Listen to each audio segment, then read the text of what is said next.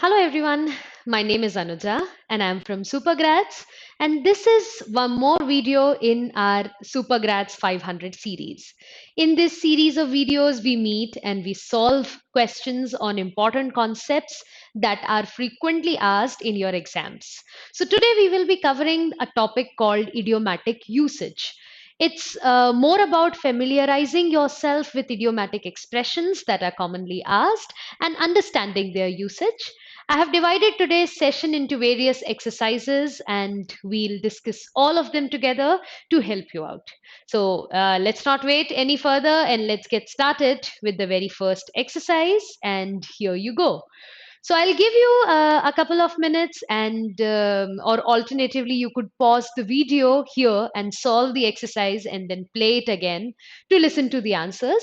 Now, this is a simple fill in the blank exercise, but all the blanks will be filled if you have the knowledge of these idioms. And all of these are very interesting because they are rhyming pairs. So, right now is the time that you should pause the video, solve the exercise, get back to me for the discussion of the answers.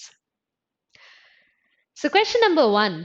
Are you looking to get away from the hustle and bustle of the city? This is a fairly common usage. Hustle and bustle of the city is something which is very chaotic, and somebody wants to go to a bucolic, rustic, calm sort of place. So, he would go to countryside away from the hustle and bustle of the city.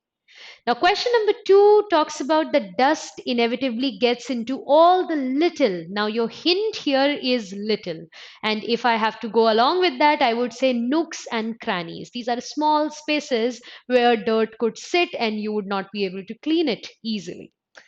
In the third question, we are talking about how people turn up in dribs and drabs from the surrounding villages. Dribs and drabs would mean in odd numbers, in odd quantities. Now, question number four, I can never tie them properly. I'm all fingers and thumbs. That means I'm all clumsy. I'm not very agile and nimble when it comes to my fingers. I'm pretty clumsy. And the last one, which is the fifth one, by last June, the dogs had to be closed for all intents and purposes. That means for all practical reasons, for all practical purposes, they were closed. So I hope you could get that, most of them right. They are very common ones, and it's a fairly good exercise to check where you stand. Let's proceed to the next exercise. Now, here I have some idioms on the left hand side and the meanings on the right hand side. And you can pause the video right now to match them in the correct column and then come back to me for the answers. So the first one talks about a cold fish. Now, who is a cold fish? A cold fish is an unfriendly person who does not show any emotions, maybe like a stoic or a stolid person. What happens when you give somebody the cold shoulder? When you give somebody the cold shoulder, you behave in an unfriendly way. That means one matches with D and two matches with A. What do you do when you do something in cold blood, like a cold blooded murder? You do it in a way that's cruel and without any emotion. So, three matches with E. That's the perfect match. What happens if you leave somebody cold, and how will we differentiate it between with leave somebody out in the cold? So, how do we contrast that?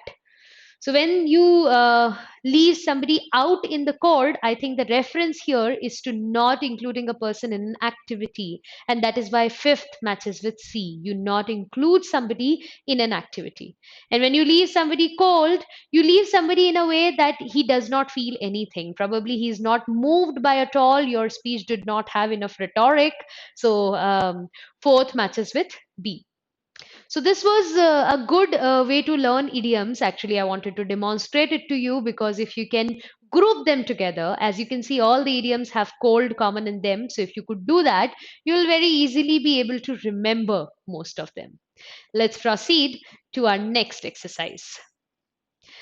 So here I have again idioms on the left hand side and meanings on the right hand side, and you have to match and see which one matches really well. Pause the video right now, come back to me for answers. Who's a fat cat?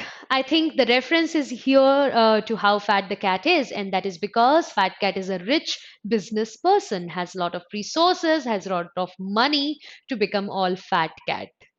Who's a egg? A bad egg is an inactive person, and because of that inactive person, I think everybody becomes really bad. Or rather, I think it would be better if we match the second one with dishonesty. I think not just being inactive, this person is dishonest. He has corrupting influence. So I guess second should better match with E.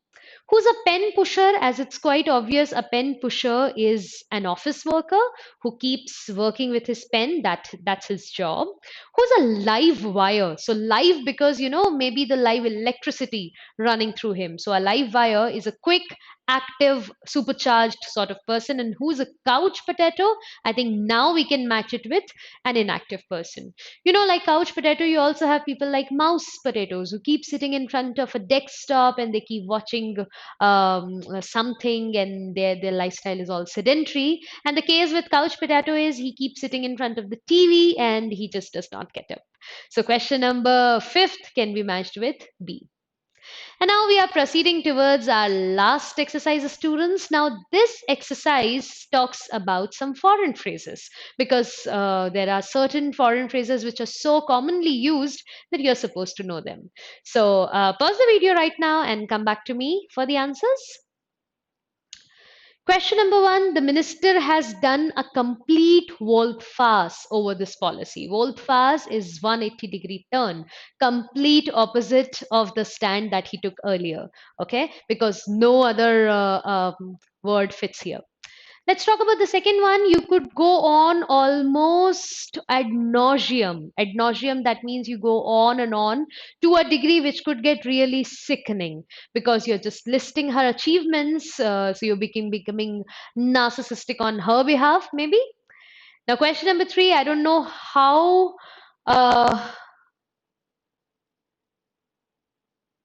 Au fait you are with the situation. I don't know how au fait you are with the situation, which means how much knowledge do you have of the situation.